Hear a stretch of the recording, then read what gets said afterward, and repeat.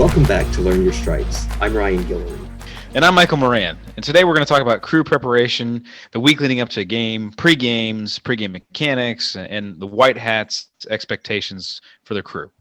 As a reminder, this podcast is for educational purposes only. It's neither approved nor sanctioned by the IHSAA or the Heartland Collegiate Athletic Conference. Nothing discussed in this podcast has been discussed with anyone from either the IHSAA or the Heartland. So last week we left you with a play scenario, and I'll go through it again here. It's a little lengthy, so bear with me. 3rd and 3 for A at the B47. Prior to the snap, simultaneously A79 false starts and B92 lined up in the neutral zone. Both wings have flags, but can't quite determine which occurred first. They're very close in time. And the question asked of the audience was, can both happen and the penalties offset? Or if not, which foul is enforced and what's your ruling?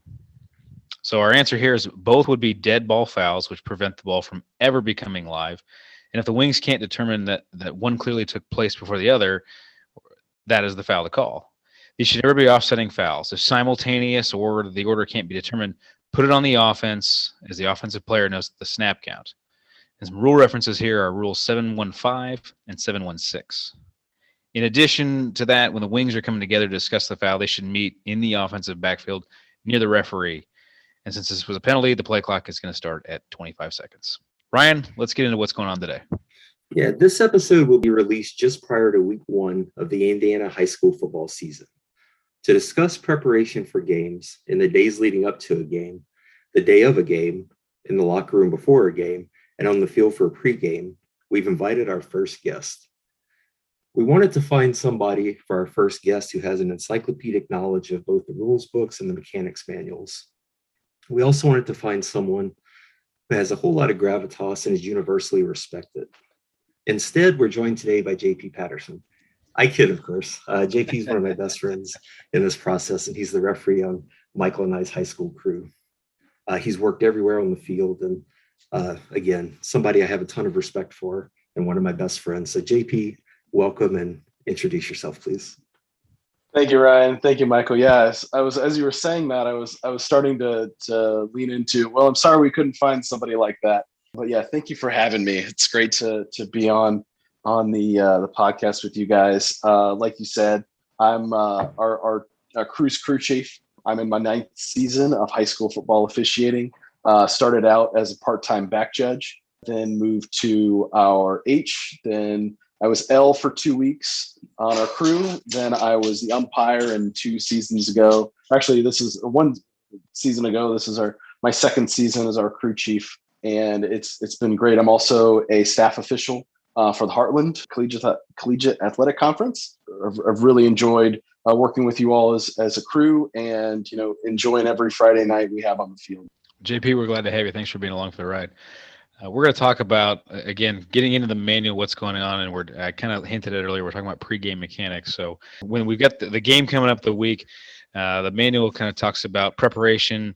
Obviously, it begins before Friday, and there's a lot of things that the crew chief is in charge of. What are some of the things that you can tell our audience here that you handle as our crew chief, and maybe some of the tasks that you assign out? Yeah, so as a crew chief, it's good to be kind of communicate with the athletic director. What we do as a crew with our communication is we not only communicate with the athletic director for logistics and things like that, but I'll actually, you two being our wings, you'll send an email out usually Monday of the week of the game to your sideline. So, if Ryan, usually you'll have the home sideline. You'll send it to the home athletic director and the home coach. Michael, you'll send it to the away athletic director and the visiting coach, just to go kind of, here's our guidelines. Here's what we do. We also have a bio that we'll send with those. So, during that week, we'll talk with each other as well if there's anything we need to know about scheduling for us to get to the game, anything like, oh, hey, they're going to move this back 30 minutes, or it's going to be, this, that, anything special, or here's where we need to park. We'll figure out all the opportunities for us to get think about logistics and things like that during the week. But yeah, so what I'll do is I'll handle communicating with the athletic director if there's anything specific that we need to talk about. Also, Kevin Brown has a list things that he sends the athletic director. I think we'll start doing that this season as well.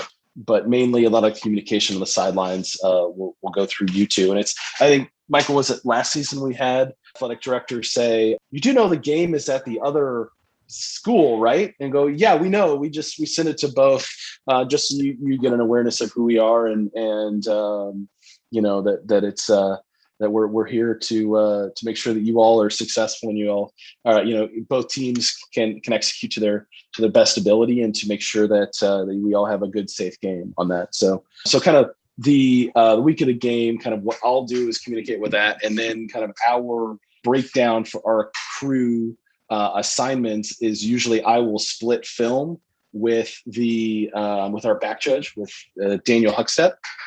Sometimes we'll get sometimes 3 cuts of film from both teams. And I think each clip is valuable because you might get a different angle. So sometimes we have a lot of film to go through. And that's why I kind of like to split it up. I like to handle the film aspect of it because if there's any, criticism or things like that, or any style choices on how I want it to be, I want that to come from me. Like, I don't want it to have to be where, Daniel has to say, this is, how we should handle this. If I'm the crew chief, I want that to come from me on that. So we'll handle the crew, the video during the week, during that, and then there's other assignments and other things like that that you all will do the week of there. That's awesome. Maybe you want to talk about too. I think you sent an email to our crew about kind of preseason expectations, and you kind of assigned us all tasks. Can you talk about how you kind of came up with that and how you kind of, for lack of a better term, divvied out tasks and what your expectations are of a crew kind of leading up to that week? Yeah. So what we've done is kind of broken down knowledge of different areas. So the thought is the key that I've got as a crew chief and that I want to drive home is expertise and ownership. So I think instead of, everybody needs to know all of the penalties because you need to know all the enforcements and things like that. But like, for instance, what I want is, like, I'm going to be the expert on all of the loss of down penalties. So those instances where it's going to be, and usually those are going to center around what calls that position might make. So what penalties they may have. So like, for instance, intentional grounding is going to be a loss of down. So I'm more likely to have that with the quarterback as my key. So I'll have the loss of down penalties. Our umpire, Drew Calvert, his ownership is 10-yard penalties because he's most likely to have hold. Then, Michael, you've got 5 yards. Ryan, you have special enforcements. And then Daniel has the 15-yard penalties. There's kind of a breakdown. So like we take something, we kind of chunk it out and we break it apart. So what we have in-game responsibilities. So we have penalties, knowledge we've broken down. We have in-game responsibilities. We have, each day of sea leather we've broken down, and one person is kind of the owner of a day there, and then weekly responsibilities, and then pregame. So like our in-game responsibilities, my knowledge is penalty signals. Like, I've got to know them because I've got to do them. Drew is owning basic spots because, he's going to be the one enforcing those and he needs to know the basic spots. Michael, for instance, you've got inadvertent whistles. So if there's an inadvertent whistle in any instance, we're going to call you in and say, hey, Michael, we've got an inadvertent whistle. How do we handle it in this situation if there's any question? Ryan has has game clock status, and Daniel has play clock, things like that. And like sea leather, we break down each day. And then, like we touched on a little bit about weekly responsibilities. Like, I've got split film and I communicate with the athletic director. Michael, you do our scouting report. You have sideline communication. Ryan, you put together all the game cards and all the, your sideline communication. And like Daniel works to split film with us as well. And then Drew, he leads our pregame. And the reason I've given Drew kind of the pregame is because, that's just something to kind of, we'll go through our standard pregame, but if there's any special topics we need to talk about, like from last week, we want to go through this, or if there's any instances where, hey, we saw this on something different for this week that we need to know, let's pregame a certain aspect. And then we've got our pregame stuff where we've got our, like, Drew and myself will do the coaches meeting. Michael, you're in charge of the music. You're the DJ. Absolutely. And Ryan, you've got the backup film projector if we want to go through any film during a pregame or something like that. And then, Daniel owns the radios, and then he does our uniform check before we go out. So those are all of the things that we do there. The reason that we've kind of put those together, like I said, for penalties, the reason we kind of align those with the penalties that you're mostly likely to call, and in-game responsibilities, kind of what you're going to be most likely. So, Michael, I don't think you're more likely to have an inadvertent whistle, but if something happens, you're going to be the expert there. So we'll divulge to our audience there. I think the responsibility falls to me because I think I'm the one on our crew that's had the most recent inadvertent whistle. So we'll let the cat out of the bag there on that. That might be why it falls to me. But we've got a good streak so far. We haven't had one in a couple of years. Yeah, so knock on wood there. Yeah, and so the way I kind of constructed the list, it's a bit of a holdover from last season. But last season we talked through, like I said, expertise and ownership. One of the things that I really wanted to do was just open it up to the crew and say, here's what here's what we need to do during the week. Who wants to handle what, and also think through what your normal, sometimes people's work is not conducive to being able to handle an athletic director's question during the game or something like that. But if their evenings are available, so it's more likely that kind of split those up based on what somebody wants to own, what their expertise is, and what their availability is as well. And one thing I also talked about here is kind of an expectations. I want everybody on the crew to give me their expectations of themselves. So I want to hold them accountable to their own expectations of themselves, as opposed to saying, I don't, want you to have this, or, I want you to achieve this. I think we all want to achieve crew goals. I think we all want that sectional championship, or, for those crews that are moving, higher to the regional, semi-state, state championship game. But make sure that you're achieving your goals that you set for yourself. And then we all hold each other accountable to that. And the other expectations for everyone on the crew that I don't think I mentioned before is everybody know 4-man mechanics. Like, you never know when somebody's going to go down. So, right. We've got a kind of a normal process that where, if we have to, here's who's going to move here, here's going to do what on that. And then everybody knows that, because that's something where you can't have the expert, because if the expert goes down on 4-man mechanics, then we're going to be in a bit of a trouble there. So, so yeah, that's kind of like walking through how we got to those different components on those. And that's something that, we've kind of all kind of agreed to, and that I've sent out at the beginning of the season as well to remind everybody of. And, I think it's been a good opportunity for us to hold each other accountable to the goals that each one of us wants to achieve, and to make sure that we're succeeding as a crew. It's important to emphasize too, whether we have the discussion of needing to know 4-man responsibilities, the mechanics there. As with all the rules, although we have certain experts on different categories, we expect each other to know all of them, right? You're responsible for signals because you're doing the signals on a foul, but we expect all of us to know the signals. So if you come to us and say, hey, what's the signal for this? Michael can give it to you. Drew can give it to you. I can give it to you. Michael, Drew, and I are responsible for penalty enforcements. Michael and Drew go first, then I check it. If for whatever reason they've enforced a 10-yard penalty 15 yards, I better know that so I can fix it, right? So even though we divvy up certain areas, we expect of each other that we have a knowledge of the rule book cover to cover as well. But before we go further into the new mechanics manual, I also want to talk about our preparation during the week. And we've hit on that somewhat in broad discussions of film and the like, but let's talk about just rules review, film review, exercise, and nutrition. The manual gives us some very vague advice that we're supposed to do some sort of football preparation during the week. And the suggestion that they give us is video review. And at JP, you've already talked about film. You like to do film. All of us are expected to review the film, discuss plays that come up that we think need discussing, discuss fouls. But JP, what do you like to do with video review? And I know you said it's something that you like to take on yourself as well. What do you like to do when reviewing that and sending notes out to us? Yeah, so what I'll do first is kind of take a look at how I'm, from my position and things like that, take a pass on it from there to make sure that I'm viewing it in a way that's going to allow me to see any ways that I need to change what I'm doing. Like there was a play last season where I found myself too close to the quarterback in a goal line or in a potential safety situation. And I found myself having to kind of move in a way that, made it a little more difficult for me to see the down the line for whether there was the sack was a safety or was it the 1 yard line.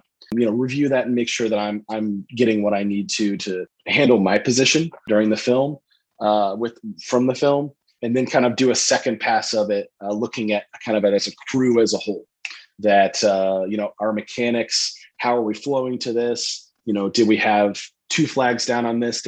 If we can see it, did we put both flags in one place? Working through kind of how did we look as a whole, and if there's any ways that we can improve kind of as a crew from that. I like to, sometimes I'll have, let me say, you've got to balance good plays with bad plays. So it's not just, hey, here's the list of plays that we didn't do very well on.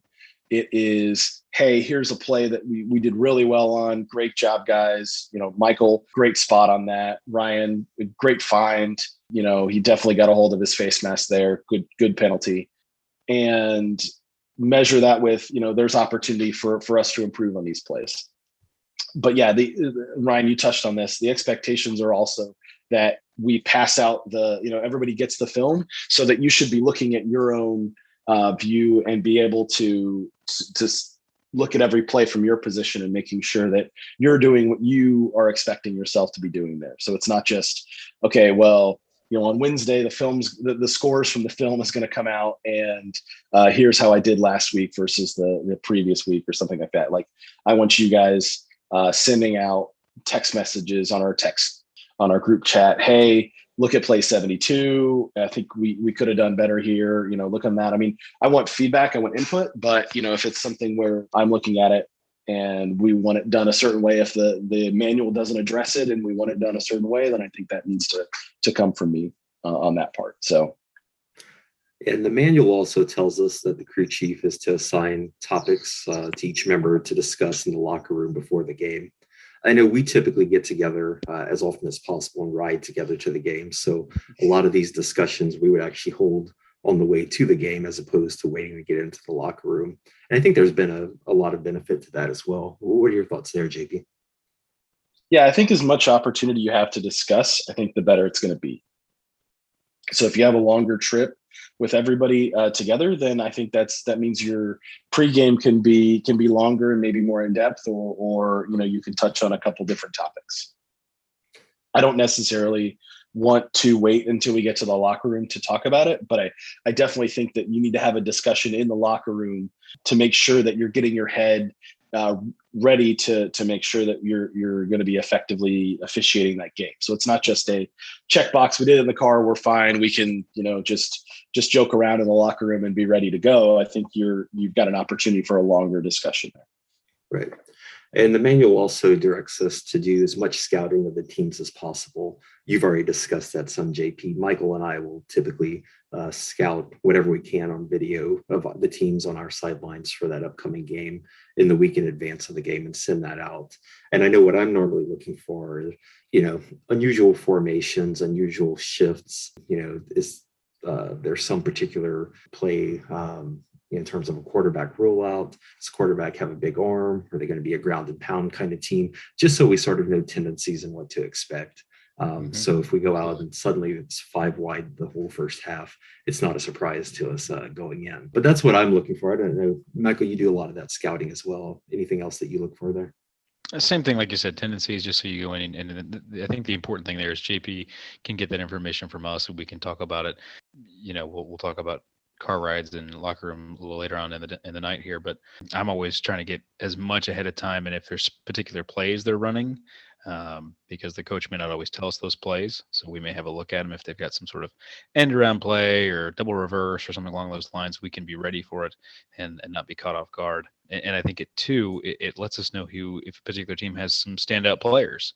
If a player's on our side of the field, there might be a chance the ball's coming their way, and we can be prepared for that and not be caught off guard again. And we just try to relay that information to JP, and I hope he appreciates it and is able to kind of delegate those tasks out and get our crew ready to go.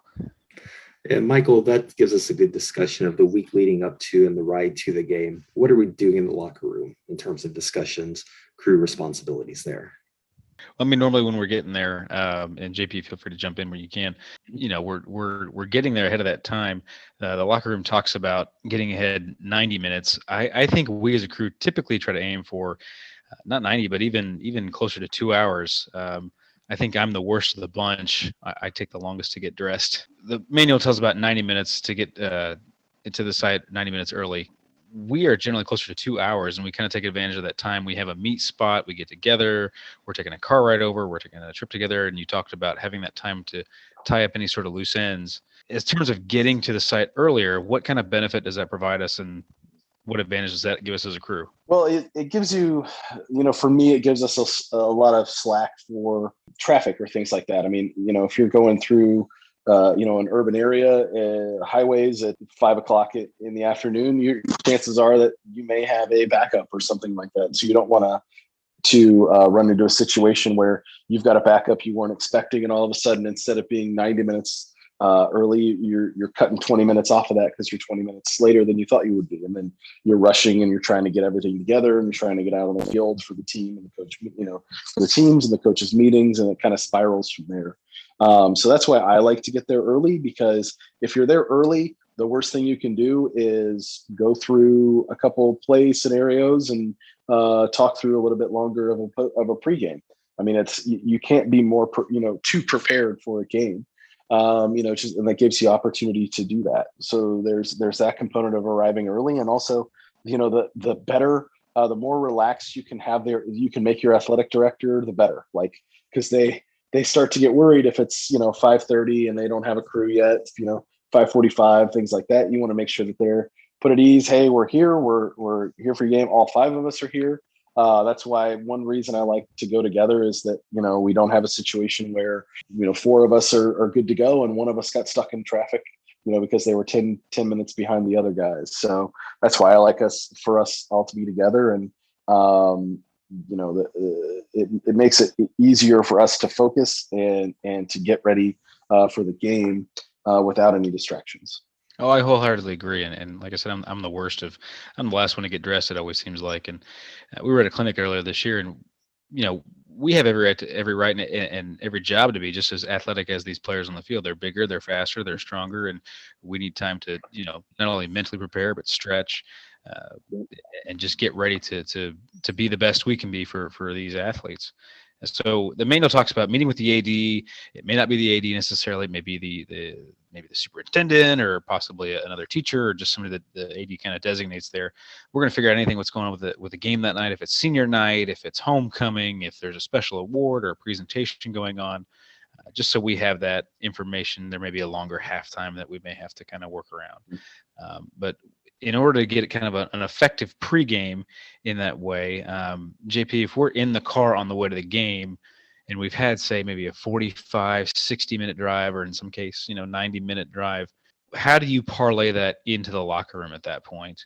Well, it's just going to kind of be, you set the tone in the car and it continues to the locker room, and you make sure that, we're focused, and, we can, as we're stretching, kind of relax from the trip and things like that a little bit, but you want to make sure that you're keyed in and that we're not just doing the pregame to check boxes and making sure that we're, to say, okay, we talked about chain, we talked about measurements, we talked about kicking plays and things like that, but really kind of, okay, let's think about that. Let's link that to our scouting report. Is this a situation where, that they may be punting more, or is the rain going to make it where it's going to be a running game, or things like that, where, how do we kind of put all those components together to make sure that we are ready for the game? And meeting with the athletic director, they may also tell us something that we picked up in the scouting report, that, hey, this is a big rivalry game.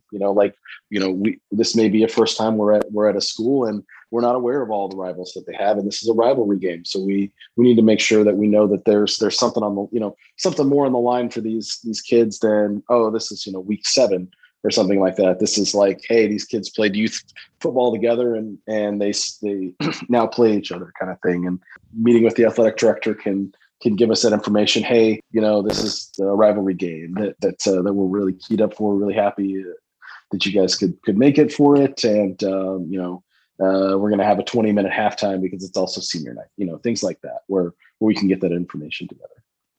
So Emmanuel talks about getting on the field there 45 minutes ahead of time, making sure we're prepared. We're walking the field or meeting with the coaches. Ryan, can you take us into a coaches meeting there? Talk about that with JP? Sure. And I feel to some extent I'd be talking out of both sides of my mouth here, because the manual tells us a pregame procedure for the coaches meetings. That's pretty much what we would have done 2019 and years before that. Here in Indiana, there's a script that went out last year for the lack of a better term, the COVID season, that we followed, and JP would meet with the coaches together. And a similar script has come out this year. Very broadly, just discussing what the manual says, we're supposed to get to the field, not walk past one coach to get to the other, but get our meeting done as quickly as possible. It reminds us to be professional. We call everyone coach, even if it's somebody well, they're coach, they're not Jim or Bill or whatever. Try to spend an equal amount of time with each coach, and don't show excessive friendliness. Again, if you know one really well, and you do show that extra time there, or extra smiles, extra backslapping, somebody on the other side certainly going to pick that up along the way. With the new script, though, JP, what's the coaches meeting like this year? Yeah, so this year what we have is, a lot like it was last season. Instead of meeting with each individual coach as a crew, we will have the meet with both coaches at the 50-yard line, with each coach at their 45. So for this season, what we'll do, usually in previous seasons, we'll have the meeting with all 5 of our crew members with one coach, and then the home team usually, and then we'll go visit with the visiting coach. This year we'll meet on the 50-yard line with both coaches together, both on their 45-yard lines, and we'll be in the middle. It'll be me, and it'll be our umpire, Drew. We'll go through a script. We'll start with the visiting team. Coach, are all your players legally and properly equipped? Do you have any players with special equipment? Ask the same to the home coach. Coach, the visitors, who are your designated captains? Who's your designated representative? Same thing with the home team. We'll talk about with each coach if their quarterbacks are left-handed or right-handed, because that'll determine how I'm positioned on the field. Same thing with punter and the kicker. Hopefully this is something, if we can see film, we'll pick that up on our scouting report. But it's, we need to make sure that we know, hey, here's who the starter is, because maybe there was an injury this week that we weren't aware of. And then we talk to expectation that our participants, coaches, players, and team personnel exhibit good sportsmanship at all times. Profanity will not be tolerated at any time. And then remind the coaches that they are responsible for all of their team personnel, not just the players. It's the assistant coaches, it's the trainers, it's anybody on their sidelines.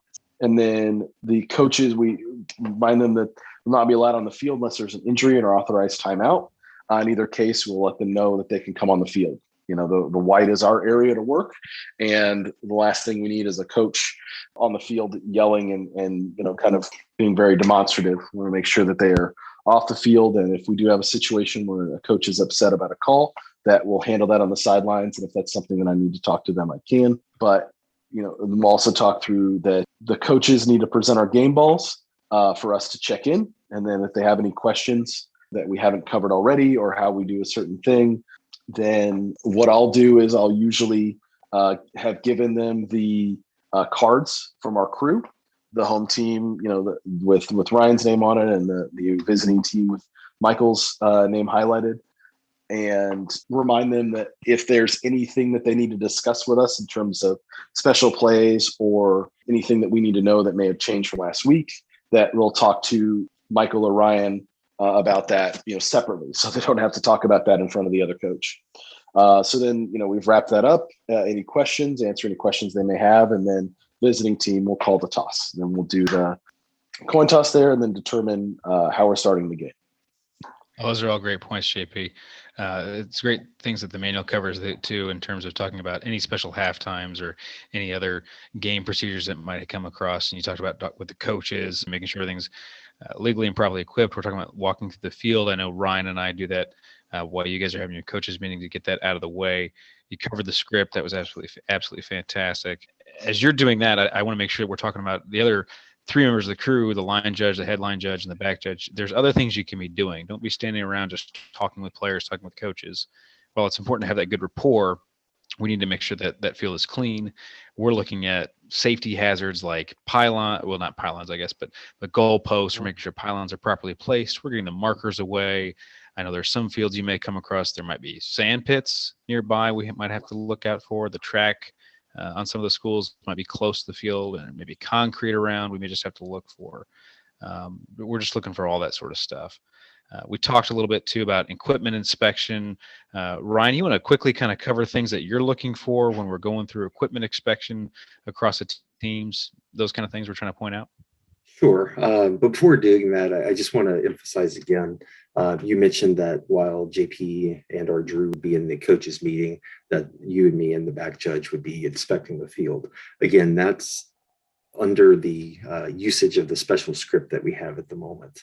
In general, all five of us would be in the coaches meetings in any normal year, and that's what's set forth in the manual. So I don't know next year if we go back to that, but that's what's set forth in the manual.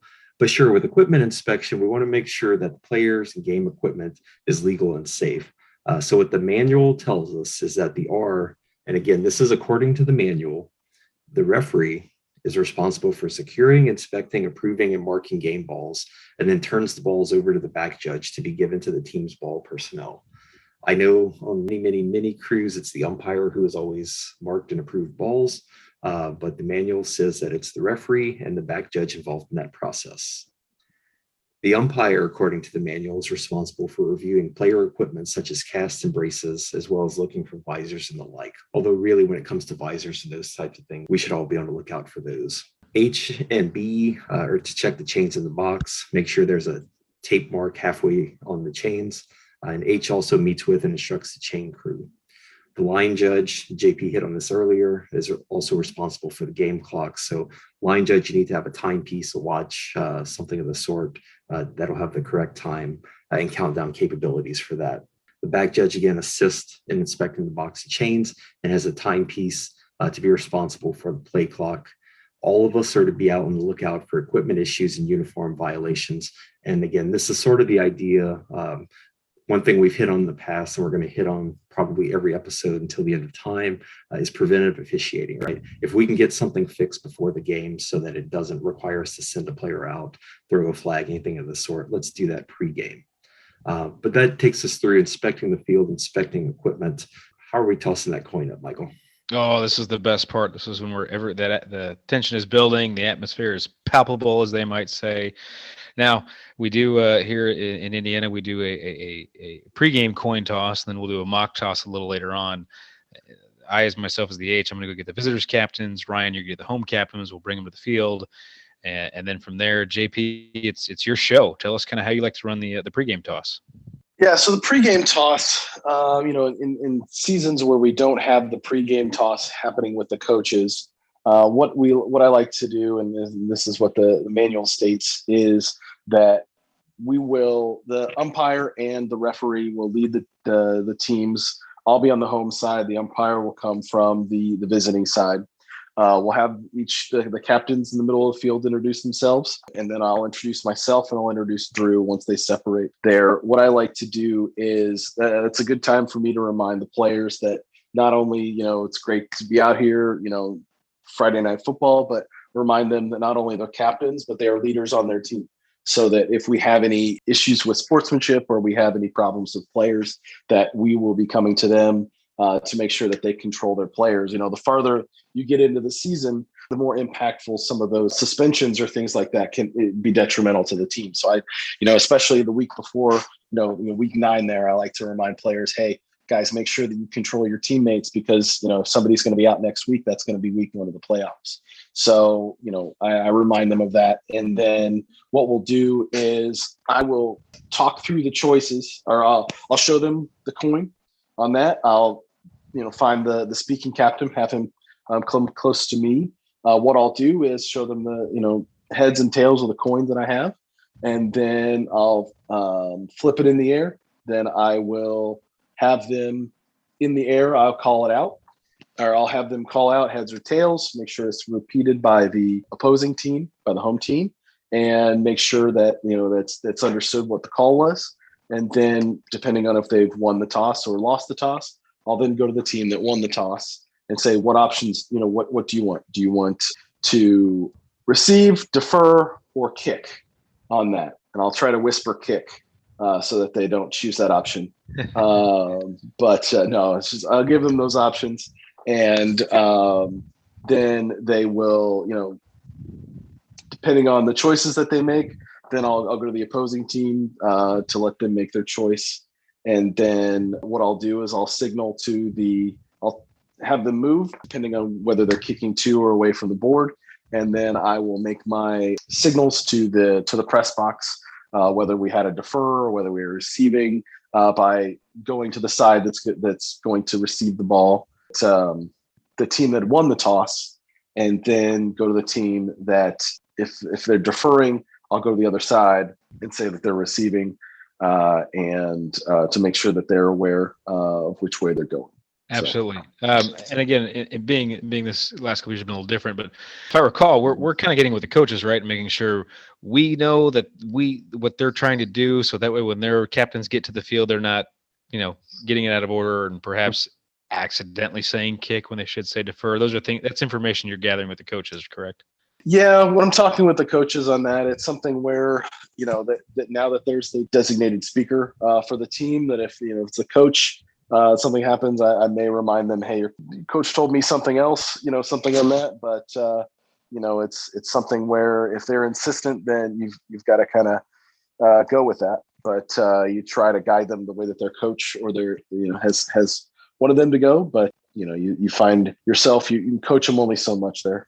Absolutely. We don't want to be the reason that somebody kicks or defers or receives because we didn't jump in there. So that's the pregame. But Ryan, I think we got to get to the mock toss, where that's for ESPN and the TV show, right? Right. And the mock toss has changed slightly from the last couple of years. Of course, the past few years, the back judge and the umpire have brought out the visiting captains. The referee and the line judge have brought out the home team's captains, and the headlinesman is over talking with the chain crew about bars or where we're going to eat after the game. But this year, according to the manual, one big change here is that at the start of the mock toss, the referee goes out to the center of the field at the 50-yard line by themselves, facing the press box. At that point, the line judge will bring out the home team captains. Line judge still stops at the hash mark like they have in the past, directs the captains to go out to the center of the field, and then the back judge and the umpire brings the visiting captains in. At that point, the referee directs the captains to shake hands, goes over sportsmanship again with them, and reenacts the pregame toss by tapping the shoulder of the winning captain. If they deferred, the referee will give the incomplete signal twice. If they've chosen to receive, they'll turn their back to the goal line, they'll defend, and the referee will signal receive. And if they're defending, the referee will give the kick signal, and he'll give a signal as well for the loser of the toss. But once that's complete, the referee dismisses the captains and calls the crew back together for last-minute instructions. JP, is there anything that you like to discuss in particular with the crew at that time? Yeah, it's a good opportunity for us to say, hey, to communicate with the crew, and also that's a good time, kind of a last-second thing for anybody to let the rest of the crew know that anything they've learned or discovered or something like that during the pregame time on the field, to let the crew know, hey, the coach said that they're in the meetings with Ryan or Michael. Hey, we've got a backup in at quarterback or something like that, if they haven't had the opportunity to communicate that already. So that's a good opportunity for us to do that, and then make sure that we're ready to go and we know which way we're going. Yeah, one thing I left out there, obviously the umpire and the back judge are coming out with the visiting captains. The back judge, as in the past couple of years, stops at the hash mark, so should be diagonally across the field from the line judge, with both stopping at the hash marks. The umpire proceeds out to the center with the referee for the mock toss at that point. The back judge will also procure the game ball for the kickoff. Michael, if we end up with a tie game, we have an overtime coin toss, what are we doing there? It's the exact same, except the captains are going to have their backs to their sidelines until we make those choices, and then they'll put their backs to the goals to indicate who's defending for that first overtime period. So I, as the H for the toss, I get to hang out with the chain crew, and the manual talks about instructing the chain crew, going through first down procedures, moving the clip and when to move and who to look for. I will say, if you're waiting until the time of the mock toss to talk to your chain crew, you might have waited a little bit too long. I generally meet with my chain crew well into the pregame. I try to get there as quickly as I can. I have a couple of points, 4 or 5 points I run through. I try to know names. If you can get to know names and try to remember those for 2 hours, it makes things go a lot smoother, and it makes for a good night. So I'll jump on a topic here of auxiliary personnel while I'm talking about chain crew, if that's all right. Some of those folks, like your chain crew, your timekeepers, all that, they're officials for that night, and they help us look our best. If they're not running smooth, we tend to not run smooth. But if we can take the time getting out there early, 45 minutes like the manual talks about, getting out there and talking to those folks, it can make our night go a heck of a lot smoother, and we can look a whole lot better. Like I mentioned, I'm talking with the chain crew. JP, I think you and Daniel go up and talk with the clock operators. Is there any insight you can give our listeners to what you're talking about? Yeah. So when we talk with the timekeepers, what we'll talk about is we'll remind them of the 25-second, 40-second clock instances where we would have those differences, and a recent change for if it's a defensive helmet off, then it's going to be a 40-second clock, for instance, things like that. Go through the general instructions for football game and play clock operators, kind of going through set those instances where 25-second is 25-second clock or 40-second clock. We've been a little bit more experienced with it than maybe some other states, because we've been kind of the testing ground for it. And you find that most of the timekeepers are familiar with it, and you kind of just go through. I go through it as a checklist just to make sure, just like airline pilots, every time they take off, they go through a checklist just to make sure they're covering everything.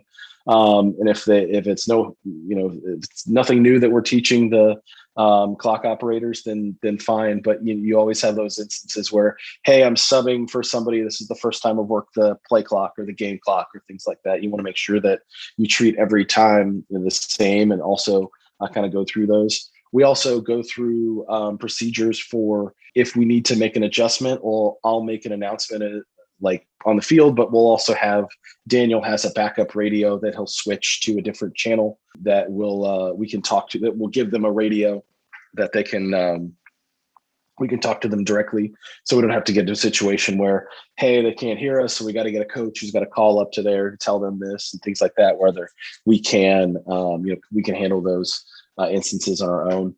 And then, going through, talking through, hey, if something breaks, if all of a sudden the game clock goes out, or if the play clock goes out, how we handle those situations, and what we'll do in those cases. Like, let's say, for instance, one of the 40-second clock goes out, but the other one works. Well, going through the procedures, we're just going to have the back judge consistently handle the 40-second clock because he'll be keeping the 25 and 40-second clock, because it's unfair for one team to be able to see it while the other one can't. Talking through overtime, kind of end of period procedures, whether we need to extend a period for a penalty or things like that. And then also, I talk about this kind of just, we don't expect this to happen, because you never know who this is talking about. The mercy, the quote unquote mercy rule is going to offend. But I always say, I want to talk about it now, just in case we need to put it into effect in the middle of a quarter, so that we don't have to shut things down and then teach about what needs to be done. We talk through those where it's going to be, we stop the clock only for sits, it's going to be scores, injuries, or timeouts, and talking through those cases there. That's a great point. Great point. Absolutely. We want to make sure that if our clock operator is on point, then it makes everything else run smoother. So we've got a couple more topics here. Again, this episode's running a little long, and we appreciate everybody sticking with us thus far. So we're going to talk about chain crew again real quick. I've hit on it already. We'll talk about some ball personnel. Ryan will cover that. So again, your chain crew should have 4 people. You got 2 people on the sticks. You got 1 person holding the box, and then you have somebody else running the clips. I personally, through experience, like to have somebody with 2 clips, and there's some federation guidelines talking about that and where to clip that and where to place that. If you dig into the manual a little bit, we can see some of that. The important thing here that I always like to cover with my chain crew is they are officials. They're 4 extra officials for the night. The cheering needs to be basically non-existent. I know it's hard to do sometimes, but we have to drive that point home. And lately too, in today's world, the other thing that has to be kind of shut down for the night is the cell phones. You see a box guy or a chain person on their cell phone, and it can make some of the opposing teams maybe nervous a little bit, and you wonder what's going on. So those need to be put away as well. So again, I mentioned knowing the names, trying to introduce yourself and be cordial, be friendly, and they'll save you in some of those instances, and they can help you throughout the game and know where you are on the field and just provide you all sorts of just, good stuff, as it were, to make you at the top of your game. The other important thing to cover is when we end that first quarter and that third quarter, make sure they're not in too much of a hurry to move down the field, and that you get that information down before you try to flip ends. But all in all, I think it's important just to get that, build that rapport with the chain crew to help the rest of the crew out. So, Ryan, talk about sorry, JP. Sorry, jump in there. No, I was just going to say a good chain crew is worth their weight in gold. Because it helps, if you've got your box guy running, keeping a good pace on long plays, so you can get it set and get the ball ready for play for the team to address. And also, a great clip guy can save you, right? If all of a sudden we've got a punt and there's a penalty that we don't see and the chains move, that clip in the right place can really save us there. So everybody's got to run. We personally experience as a crew with a punt and a penalty. So yes, it's good discussion to have with your chain crew. Make sure they don't move if there's a penalty. So that's a great point to bring up. So thank you very much, Ryan. Talk about ball personnel. Yes, the manual indicates that ideally we'll have access to game balls from both teams on both sidelines. That's the ideal world. We've worked enough high school football games, so things aren't always ideal. I know we'll typically I'll have the home team's balls on my sideline. You'll have the visiting teams on yours. Some schools get paranoid having a ball on the other sideline. Just not something that I feel worth fighting over or anything there. But just know where the footballs are so that if we have a long play out of bounds, we'll get them back in. The line judge instructs the home team's ball handlers. The back judge, according to the manual, should instruct the visitors' ball handlers. They're responsible for maintaining the pre-marked game balls. They need to be attentive to the game and respond to directions of officials promptly. We want them to stay off the field. They can toss us a ball from the sideline. We can toss it to them on the sideline, but we want to make sure they're off the field. If there's an obvious punt, we want a ball handler with the receiver's ball stationed downfield so that either you or I can turn to them and get a ball once we're down there. If there's a try or a field goal, obviously we want the ball handlers to put a ball behind the goalposts for the back judge to retrieve for the ensuing free kick, long pass or kick out of bounds. We'll just need to get a new ball.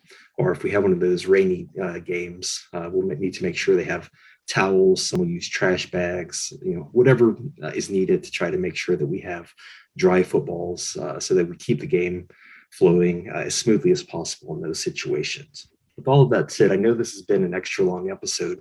We appreciate you staying with us. We've been trying to get you as much information as possible so that you'll have a successful week one of the season. We want to thank JP for joining us tonight. I joked on my introduction earlier, but we really do appreciate you and appreciate the time that you've put into this. So on behalf of Michael, thank you for joining us, JP. Yeah, Ryan. Michael, thanks for having me. Thanks for putting all this together for everybody in the IHSA and to make sure that we deliver great officiating for all the kids on Friday nights and make sure that those games are great for them. And we want to thank all of you for joining us once again for this episode of Learn Your Stripes. We'd also like to extend a special thanks to JP once again for joining us this week as our first guest. We'll be back next week where we'll discuss penalty enforcement, turnovers, when in doubt axioms, and much more. For now, though, we'll leave you with a play to consider. And I think the past couple episodes I might have made it too easy with giving the previous location as to where you may have found this penalty. So I'll have to leave you guessing this time. There's 3:48 left to go in the second quarter. 2nd and 6 for A at the B42. Quarterback A8 is scrambling. And before going out of bounds at the B46, throws the ball deep into the sideline. What is your ruling? Down, distance, game clock, and play clock. Let us know what's going on and let us know your thoughts. We'll discuss that play at the start of the next episode. In the meantime, if you want to let us know what your ruling would be, or if you have any questions or feel we made a mistake, please email us at learnyourstripes@gmail.com. That's learnyourstripes@gmail.com. You can find episodes or obtain an RSS link to directly download all episodes into your podcast app of choice at learnyourstripespodcast.com. Please also follow us on Facebook at Learn Your Stripes Podcast and on Twitter at LYS_podcast. If you enjoy the podcast, please rate us 5 stars and leave a review on your app of choice. We've also started a channel on the app Discord, where we can have ongoing discussions of rules, mechanics, and play scenarios. Separate channels are set up for high school and college discussions, as well as the plays of the week. And finally, on a personal note, I thanked our producer, my wife, last week, but I didn't name her. So I'm going to thank Jenny, especially for all of her work, because it is a Herculean task to piece this together into a listenable episode. So we certainly do appreciate her efforts. We'll see all of you back here next week. Good luck this week. And in the meantime, keep learning your stripes. Thank you, everybody.